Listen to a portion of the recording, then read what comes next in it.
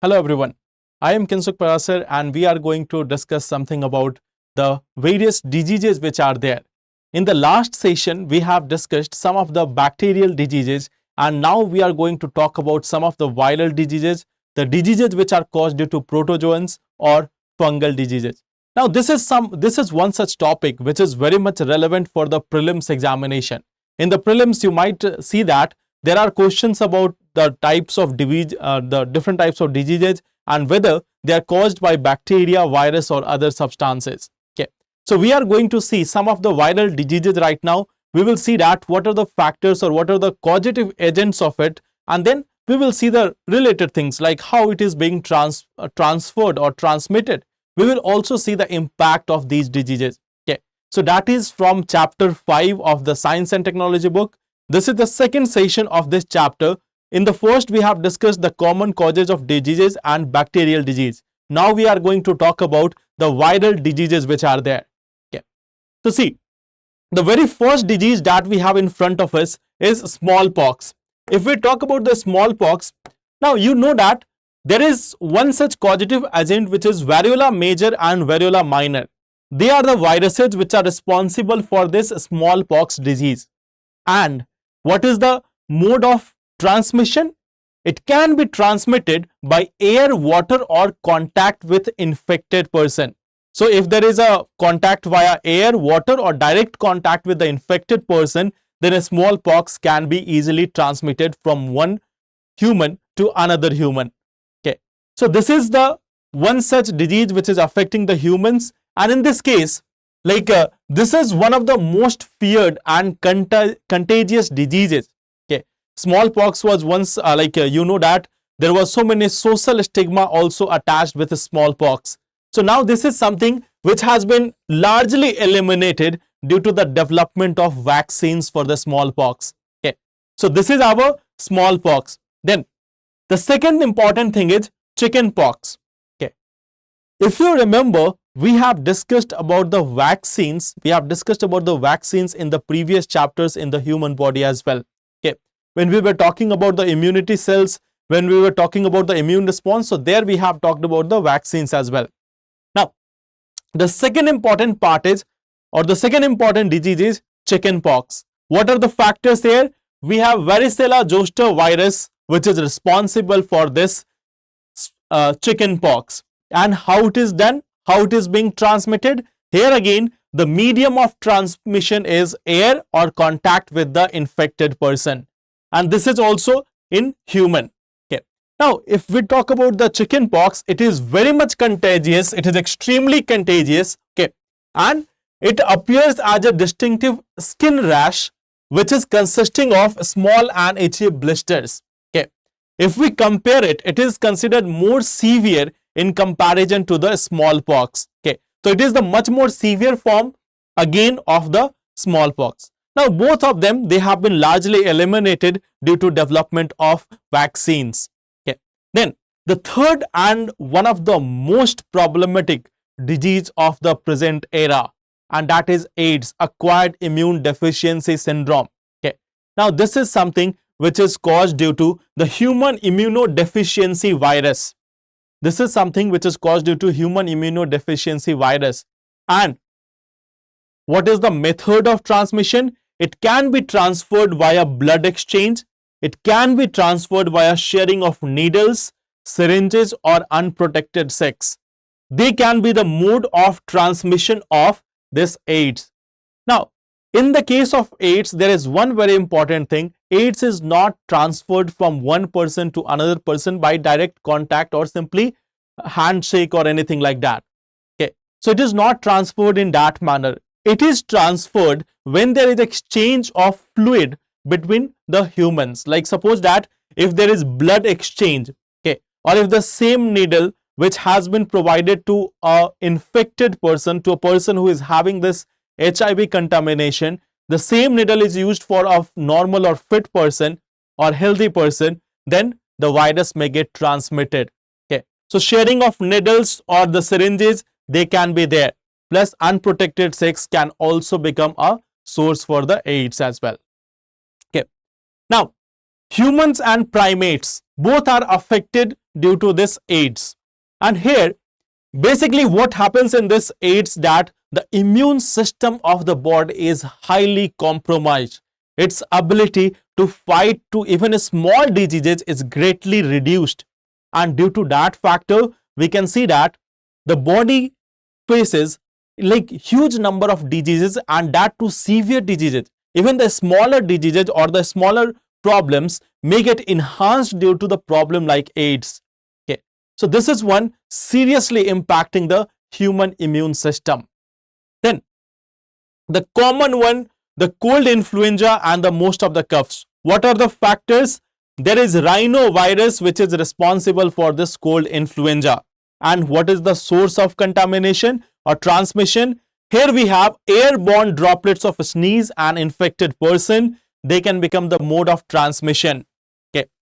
Now, this one is thriving in summer hostile condition, but it is most prevalent during the winter month.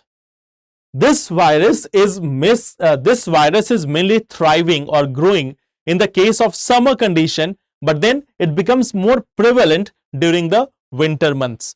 Okay. Then we have another important, you can say that this is one of the deadliest disease right now, the dengue fever. It has been responsible for death of several people even in this year. Okay. And what is the factor here? Where we have got this flavivirus. And what is the mode of transmission now? The mode of transmission is female Aedes mosquitoes. They are the one responsible for transmission of this flavivirus. Okay. So this dengue fever is caused due to this virus flavivirus, and the carrier is female Aedes mosquitoes. Okay. So they are responsible for its transmission. You might have seen that dengue is still quite much there in the news. And this is what I was telling you, that there may be some questions from these areas. Okay. Then what is the symptoms here? Here we have symptoms like high fever, headache, vomiting, like normal, like in the normal cold, or you can see it has symptoms matching with that of typhoid also. Okay. Then it also reaches to a dangerous stages of dengue.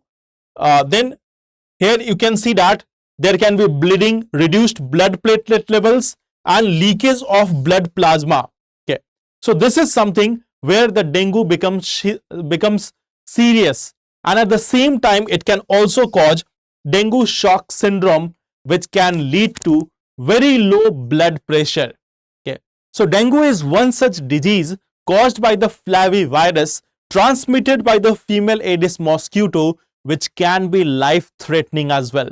Okay. Now, the another one, chikungunya. Okay. This is also caused due to chikungunya virus. Here we have Aedes aegypti and Aedes albopictus. They are the responsible for transmission of chikungunya. Okay. And they are also responsible for transmitting dengue and as well as Zika viruses. Okay. So the Aedes aegypti and Aedes albopictus, both of them are responsible for transmission of dengue, Zika as well as the chikungunya virus. Okay. And in this case of chikungunya, what is there? Intense joint pain. Okay. And this virus, where it is found in monkeys, bird, cattle, rodents. They are serving as reservoirs of this virus, and dengue fevers affects primates as host only. Okay. So that is our dengue. Then we can see there is another virus, Ebola. Ebola is something which is transferred from animals to humans. It is a zoonotic disease. It is prevalent in the animals, and from there it can be transferred to the humans as well. So it is crossing that boundary. It is moving from the animals to the humans. Okay. Now, what is there? A rapid emergence of illness. Then there is flu-like symptoms like fever, chills, and discomfort. Okay. Then what is there? At the later stage, as this disease is advancing, it leads to involvement of multiple body systems. Okay.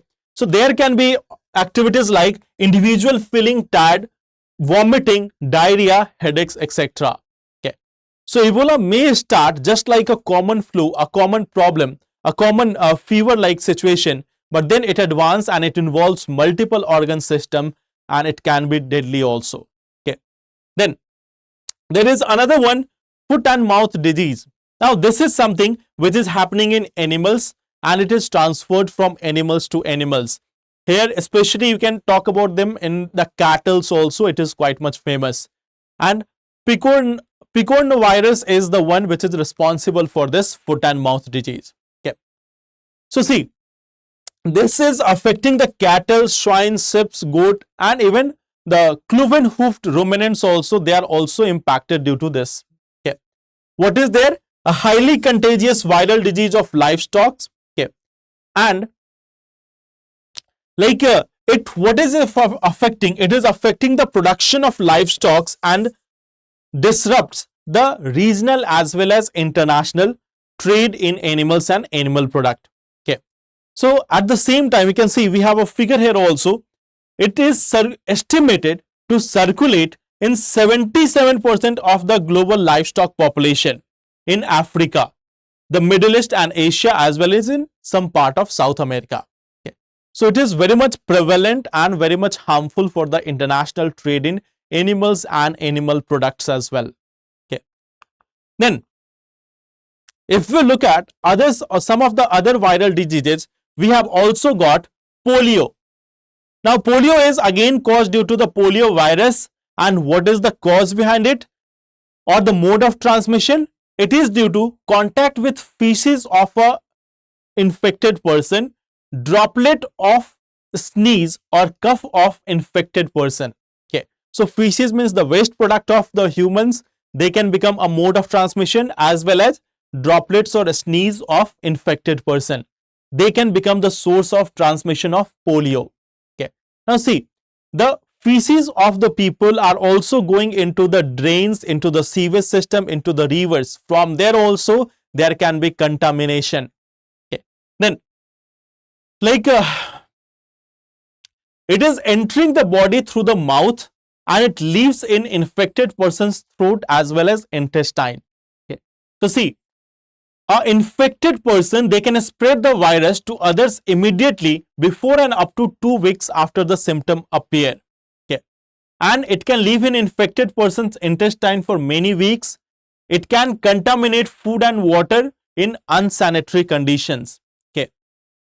Then one more thing, people who are infected with this or people who are having this virus, they might not have symptoms, but they can still pass this polio virus to other people as well.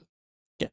Then hepatitis B, it is also one of such diseases which is causing death of the people. And what is the virus here? Hepatitis B virus. What is the mode of transmission? Here, blood exchange, as well as this is also a sexually transmitted diseases. Okay. Where it is happening in case of human. Okay.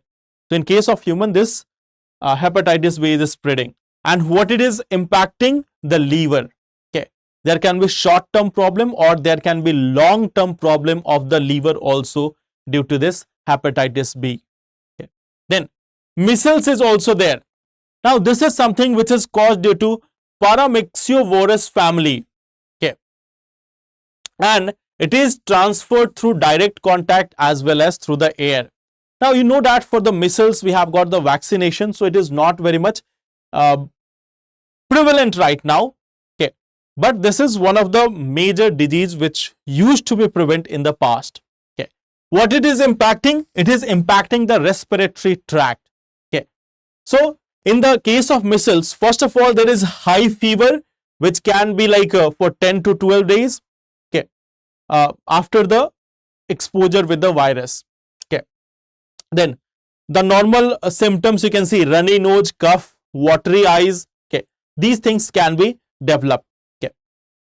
Now in the case of children, serious complications can occur under the age of 5 children or adults over the age of 30.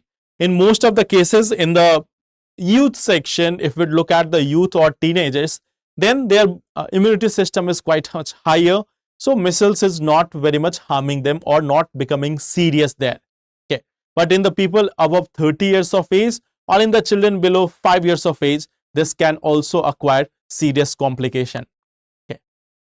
Now, we have got one last thing here. We have got the Zika virus, which is causing the Zika disease. And what is the mode of transmission? Here we have Aedes mosquitoes, the pregnant women fetus, sex and blood transfusion. They can be mode of transmission. Okay. Now, like see, most of the people who are impacted with Zika, they might not show the symptoms.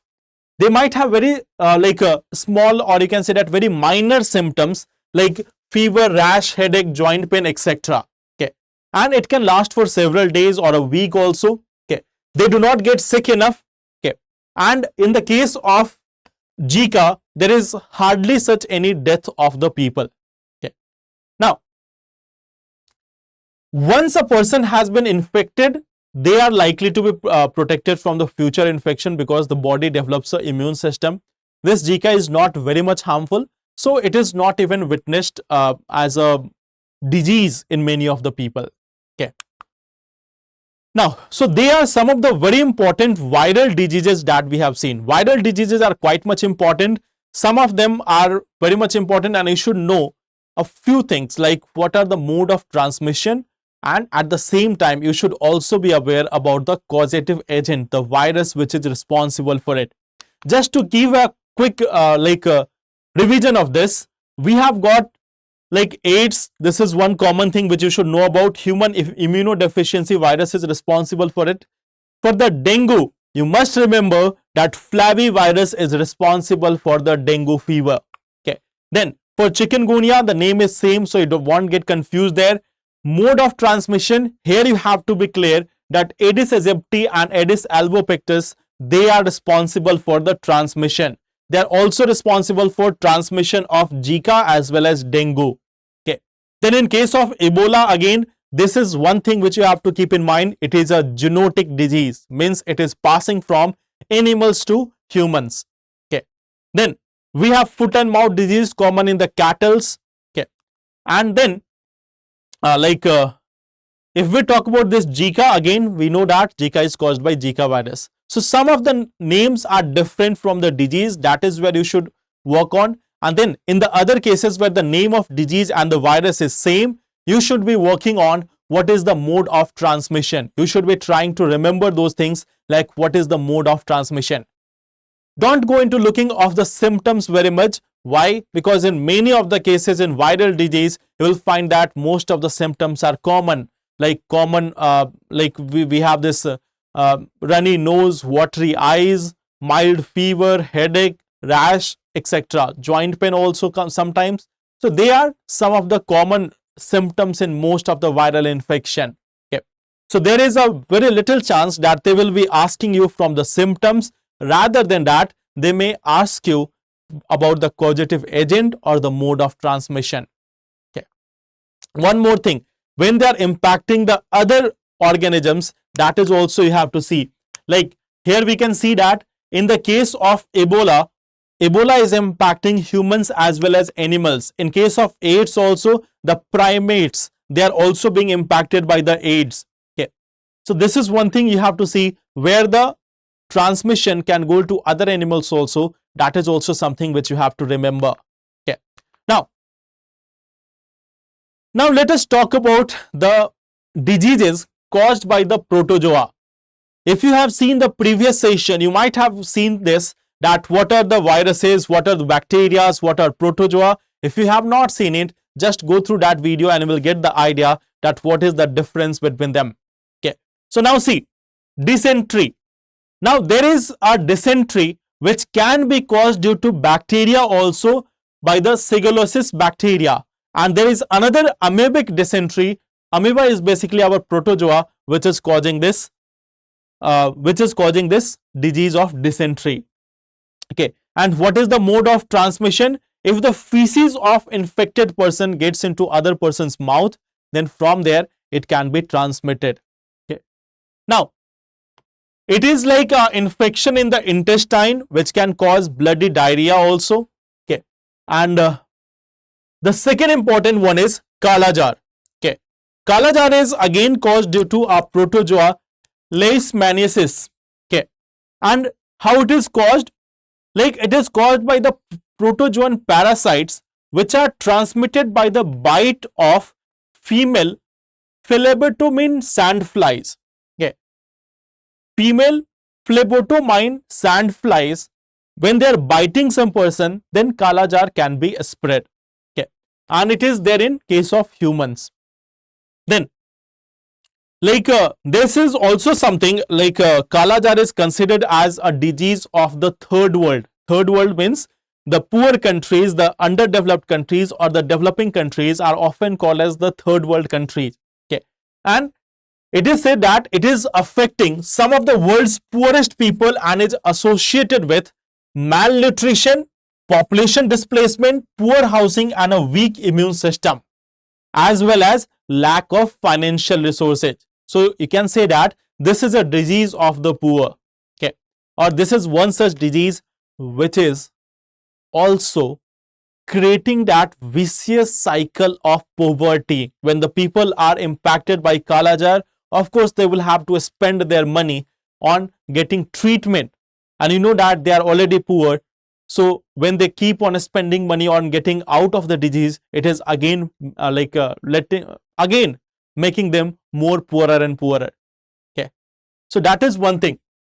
About 7 lakh to 1 million cases are occurring annually. So this is also quite much prevalent, quite much frequent. Okay, now there is one more thing.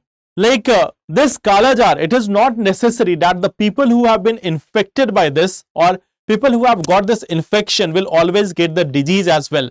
If the person has been infected by leishmaniasis, it is not necessary that they will always get the disease. Some of them will get the disease because if the people's immunity are better, if they have better immunity, then there are less chances of development of this disease. In the first session, we have discussed this very important point that there is a difference between infection and disease.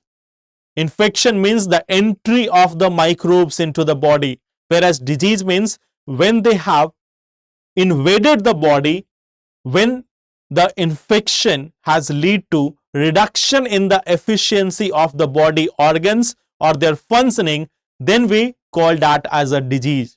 Okay, so this leishmaniasis may not always be responsible for the kala jar. Okay, then we have another one, malaria. Now malaria is one thing which is caused by plasmodium. That too we have got 3 different variants: P. vivax, Plasmodium malaria, Plasmodium falciparum.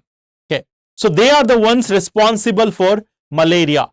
Okay, and see, what is the causative factor here? Here we have female Anopheles mosquito. So this is one thing which you have to keep in mind. Malaria is something which is caused due to protozoa. And which protozoa? We have Plasmodium. And in this case, we can also see one important point. What is the mosquito here? Here we have female Anopheles mosquito.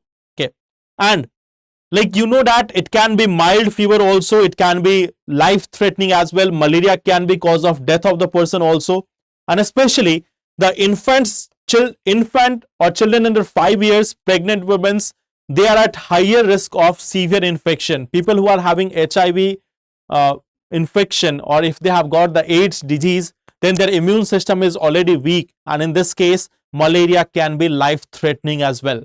Okay, so this is a protozoan disease which might cause serious discomfort for some people. Now then we have also one thing, amoebiasis. Okay, and it is caused due to Entamoeba histolytica. How this is caused? This is caused due to contaminated food and water, and there can be abdominal discomfort, bowel movements can be impacted, all these small problems can be there. Okay, then sleeping sickness is there. Sleeping sickness is caused due to Trypanosoma brucei. Okay, and here it is transmitted by the tsetse fly, okay, which is found in the sub-Saharan African region. Okay, so it is concentrated in some part of the world in the sub-Saharan African region. Okay, so like fever, headache, itching, joint pains, these 3 are there. Then the confusion, impaired coordination, numbness, sleep disturbances, they might be caused due to this trypanosoma brucei also. Okay, so that is the one sleeping sickness which is caused due to another protozoa, trypanosoma brucei. Okay, then we have some fungal disease also, although keep this one thing in mind, fungals, they are not that much harmful. Okay, so we have got the fungal nail infection. It is caused due to dermatophyte and it is mode of transmission is direct contact. Okay, so nail infections can be there, the people are having nail infections. If that is, we have also some common names, like we have the athlete foot, ringworm, etc. So they are some of the things which are caused due to this fungal nail infection. Then tinea is also there. It is again caused due to ringworm. Okay, and a skin infection is there. Okay, because there is circular rash, so it is called as ringworm. Then we have rust of wheat. Okay, it is caused in wheat and other crops. So this is not for humans. Then what is there? It is a fungal infection that is impacting the stem, leaves or grains of wheat, barley and other crops. Okay, so that is a fungal infection. Like virus and bacteria, if we look at them, they are the major causes of diseases in human body as well as other animals. Then if we talk about protozoa, here we have one serious concern, that is in form of plasmodium, which causes malaria. So you have to remember some of these important diseases, their causative agents and their whether they are impacting the humans or other animals or plants. So that is from the disease section. We have completed the bacterial infection, viral infection, protozoan infection or protozoan diseases, the fungal diseases, etc. in these two sessions. In the previous we have discussed the bacterial, here we have discussed about viruses and all.